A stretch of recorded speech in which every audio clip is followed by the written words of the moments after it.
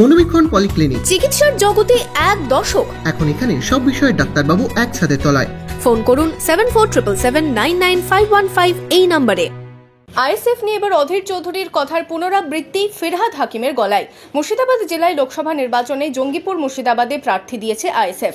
রবিবার লালগোলার সভা থেকে সেই আইএসএফকে এবার ভোট কাটুয়া বলে আক্রমণ করলেন তৃণমূল নেতা, রাজ্যের পুর ও নগর উন্নয়ন মন্ত্রী ফিরহাদ হাকিম। আইএসএফ এর হচ্ছে ভোট কাটুয়া, আগে মিম ছিল, এখন আইএসএফ হয়েছে। কোন ক্ষমতা আছে বিজেপির বিরুদ্ধে লড়াই করার? একটা তো সর্বকুলে এমএলএ আছে। বিজেপির বিরুদ্ধে লড়াই করার ক্ষমতা আছে? মোদির চোখে চোখ রেখে প্রশ্ন করার ক্ষমতা আছে? না শুধু ভোট কেটে দিয়ে তৃণমূলকে হারিয়ে দিয়ে কাকে যায় না আনতে চাইছেন? বিজেপিকে আনতে চাইছেন? আপনারা বিজেপির দালাল হয়ে পরিণত হয়েছে। আগে একই ভাষায় আইএসএফ কে নিশানা করেছেন প্রদেশ কংগ্রেসের সভাপতি অধীর রঞ্জন চৌধুরীও। এই হায়দ্রাবাদ থেকে ওয়াইসি চলে এসছে, এখানটায় ছোট ওয়াইসি, সে এখন অনেক মন্তব্য করবে। এগুলো বিজেপির ভোট কাটুয়া, সব বিজেপির পয়সাকে ভোট কাটার জন্য ময়দানে নেমে গেছে। না এতদিন লড়ছে না কেন?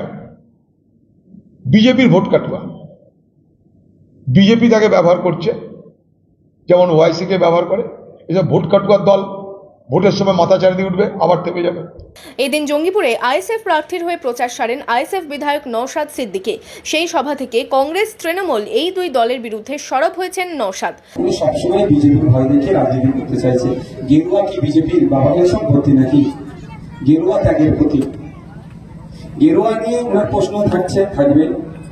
গেরুয়া কোনো যদি করতে চাই তাতেও প্রশ্ন আমরা করব, কিন্তু মমতা ব্যানার্জি একের পর এক বিজেপিকে জায়গা করে দিয়ে শুধুমাত্র বিজেপির ভয় দেখিয়ে আমাদের কাছ থেকে ভোটটা নিতে চাইছে। ওই জন্য এসে দেখবেন এখানে কি বলবে, এসসিএ হয়ে যাবে, ভোটটা দেবে আমাদেরকে, এই ভয় দেখাবে।